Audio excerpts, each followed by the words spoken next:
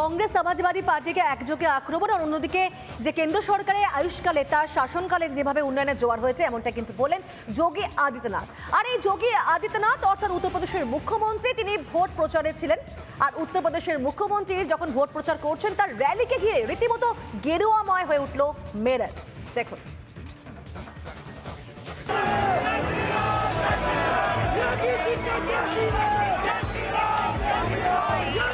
মেরঠের road show যোগী আদিত্যনাথের। সেই road শোতে জনপ্লাবন, মুহুর্মুহু জয় শ্রীরাম স্লোগান। উত্তরপ্রদেশের মুখ্যমন্ত্রীকে দেখতে রাস্তার দুধারে সারি সারি মাথার ভিড়। 8 থেকে 80 যোগীকে দেখতে রাস্তায় ঠিক থেকে ভিড়। কেউ এসেছেন এক পলক যোগী আদিত্যনাথকে দেখতে, কেউ আবার এই দৃশ্য মোবাইল বন্দি করতে। উত্তরপ্রদেশের মুখ্যমন্ত্রীকে লক্ষ্য করে পুষ্পবৃষ্টি, রাস্তার দুধারে রং হয়ে উঠেছিল গেরুয়া। উৎসাহী কর্মী সমর্থক ও সাধারণ মানুষকে বিজয় চিহ্ন দেখালেন যোগী আদিত্যনাথ। মুখ্যমন্ত্রীর এই র্যালির ছবি বলে দিচ্ছে কি হবে ভোটের ফল। রিপাবলিক বাংলা। এটা তো শুনলেন যে ঠিক এই ভোটের ইস্যুতে এবং একাধিক ইস্যুতে অমিত শাহ কি বললেন। ঠিক এরই পাশাপাশি আপনাদেরকে শোনাতে চাইবো যোগী আদিত্যনাথ তিনি কি বলছেন যখন দ্বিতীয় দফা ভোট এবং তার আগে একটি সাক্ষাৎকারে মোদী সরকারের উন্নয়নের খতিয়ান তুলে ধরলেন যোগী আদিত্যনাথ এবং সেই সঙ্গে কংগ্রেস এবং সমাজবাদী পার্টিকে কিন্তু এক বন্ধনীতে রেখে চড়া সুরে বিঁধলেন উত্তরপ্রদেশের মুখ্যমন্ত্রী। দেখুন। गरीबी हटाओ, ये 1970 के दशक में कांग्रेस ने नारा देश को दिया। गरीबी कभी हट नहीं पाई। कांग्रेस 6 दशक तक इस देश के अंदर 6 दशक से अधिक समय तक उन्होंने देश के अंदर शासन किया और इन 6 दशक से अधिक समय तक दादी से लेकर के पोते तक उसी नारे को लगा करके देश की जनता की आंखों में धूल झोंकने का कार्य कर रहे हैं। सही मायने में अगर देखा जाए तो गरीबी हटाने और गरीब कल्याणकारी योजनाओं को ईमानदारी से प्रत्येक तबके को चेहरा देख करके नहीं, ईमानदारी के साथ बिना भेदभाव के हर व्यक्ति तक शासन की योजनाओं को, गरीब कल्याणकारी योजनाओं को जनधन अकाउंट से हो, फ्री राशन की सुविधा हो, 5 लाख रुपए की स्वास्थ्य बीमा का कवर हो, हर घर में शौचालय बनाने का हो, हर घर में नल देने का हो या फिर 4 करोड़ परिवारों को मकान देने का हो।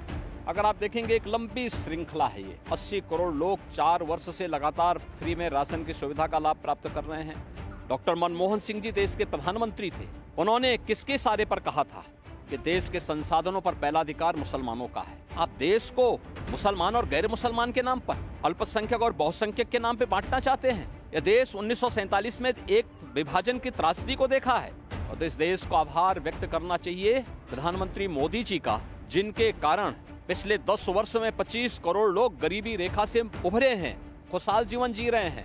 4 करोड़ गरीबों के मकान बन गए और अगले 5 वर्ष के लिए 3 करोड़ नए लोगों को मकान देने का आश्वासन भी भारतीय जनता पार्टी ने अपने संकल्प पत्र में किया है। 2.5 करोड़ परिवारों ने जिन्होंने कभी बिजली नहीं देखी थी उनके घरों में बिजली पहुंच गई। हर घर नल की योजना साकार हो रही है। 12 करोड़ गरीबों के शौचालय बन गए।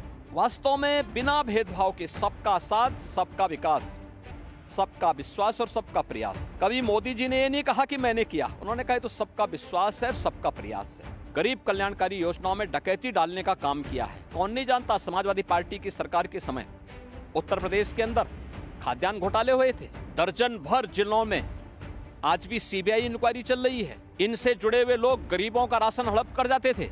जब 2017 में मुझे प्रदेश में मुख्यमंत्री के रूप में दायित्व मिला था, इस दौरान मैंने स्वयं जब इस बात की जांच कराई थी, 30 लाख फेक राशन कार्ड पाए गए थे और ये फेक राशन कार्ड के नाम पे राशन निकलता था। राशन की सुविधा गरीब को नहीं मिलती थी, समाजवादी पार्टी के पदाधिकारी को मिलती थी या उनके द्वारा प्रश्रय प्राप्त माफिया, ये सभी राशन हड़प जाते थे।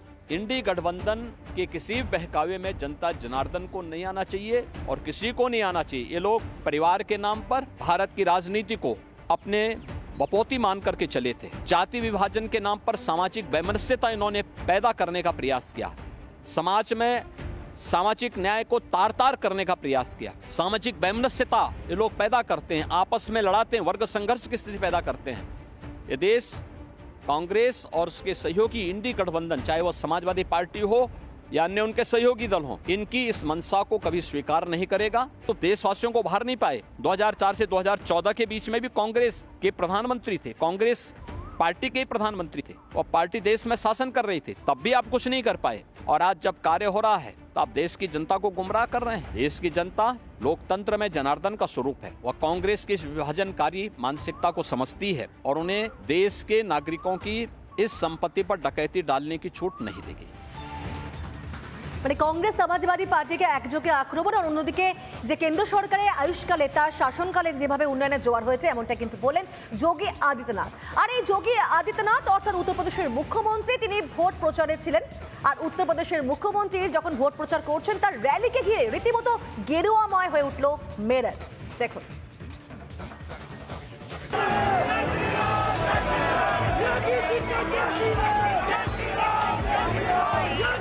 মেরঠের রোড শো যোগী আদিত্যনাথের।